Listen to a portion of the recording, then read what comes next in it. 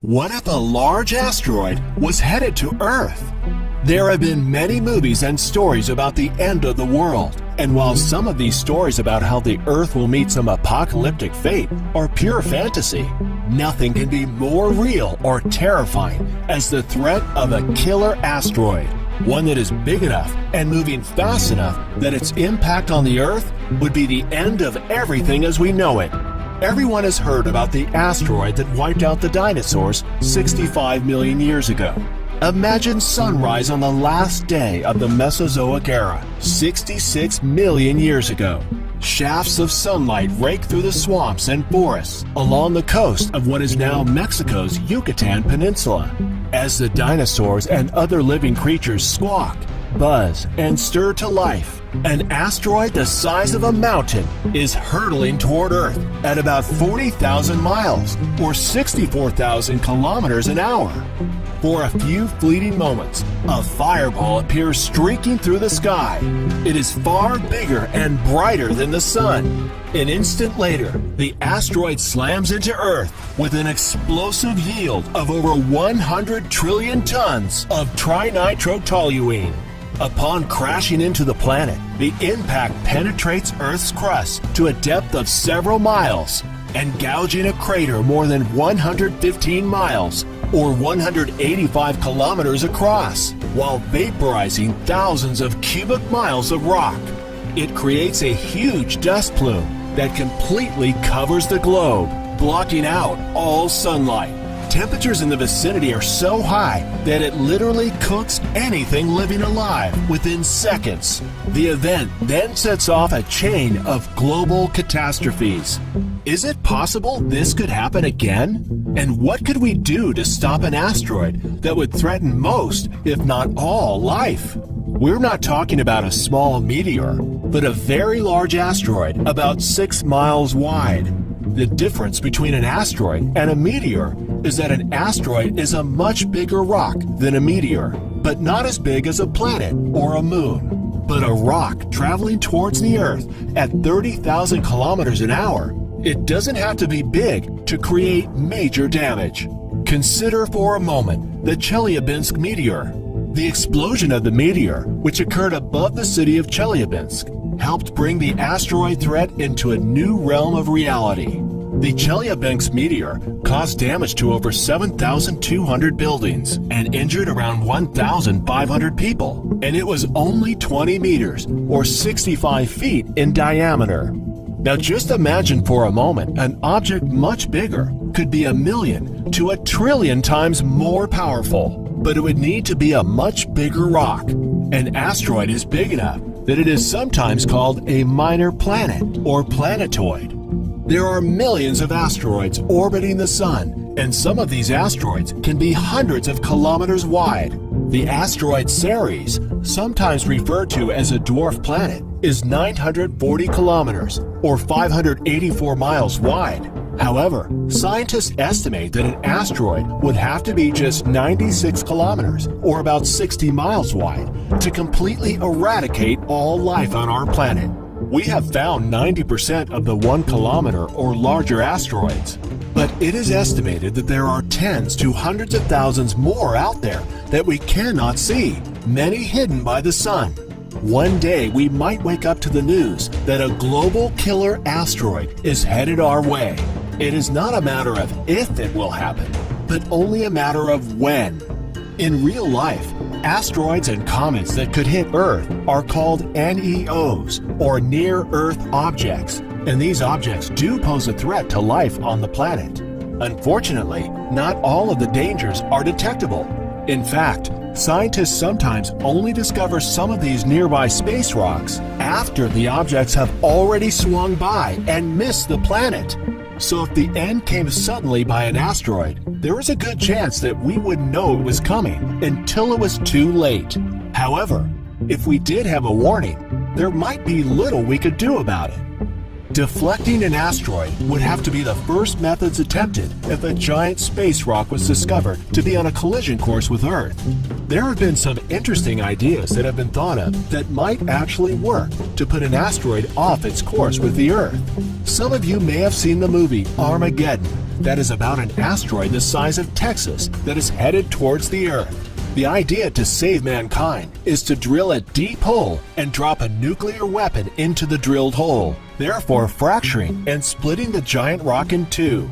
But in order to blow up an asteroid the size of the one in the film, the bomb would have to explode with the same amount of energy as produced by the sun. This idea just wouldn't be possible. And even if you could create such a powerful weapon, it would be more dangerous than the asteroid itself. But if the universe is going to play hardball, then we should pull out our big guns as well, nuclear weapons. But we're probably not going to destroy it, as previously mentioned. The idea would be to move it off course.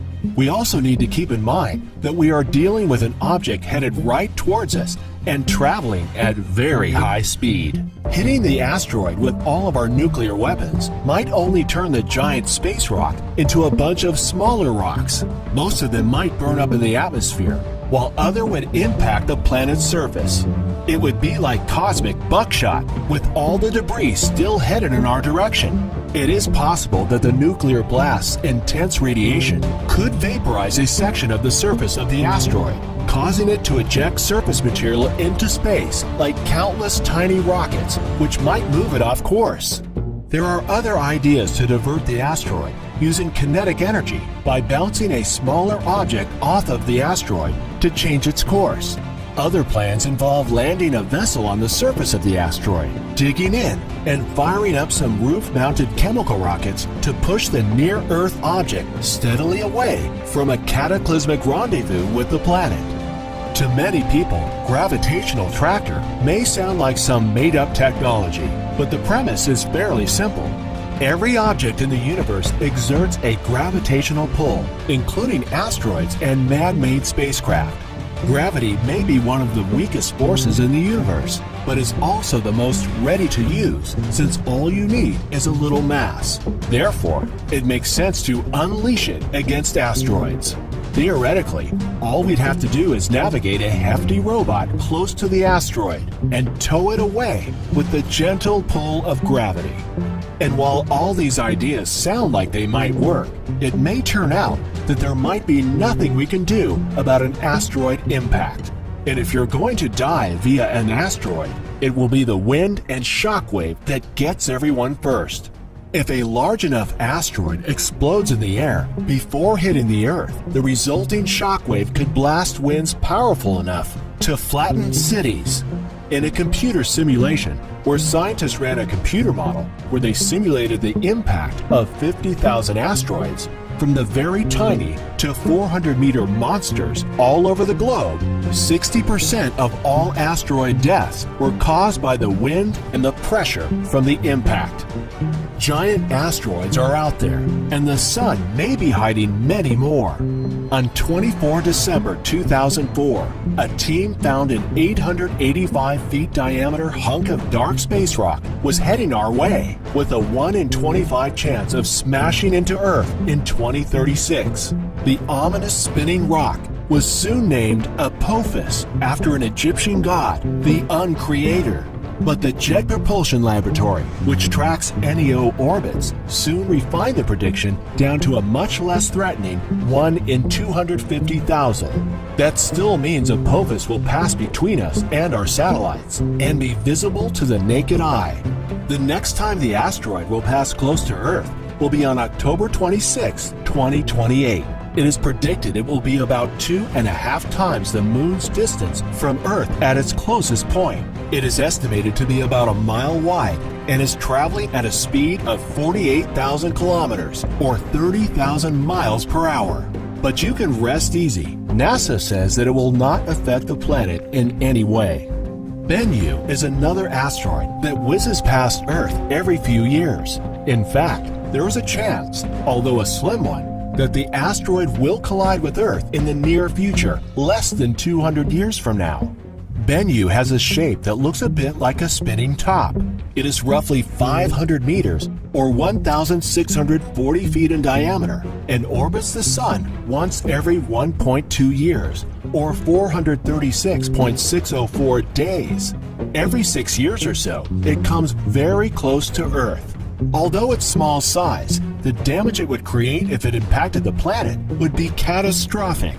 And even though these things are flying around out there close to our planet, so far, we're in no grave danger.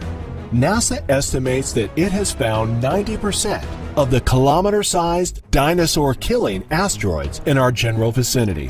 The medium-sized asteroids on the order of 450 feet in diameter are harder to spot, but can still cause significant damage. The more we keep an eye on them, the more we can devise engineering solutions to push a deadly asteroid off a collision course. We hope you enjoyed this video.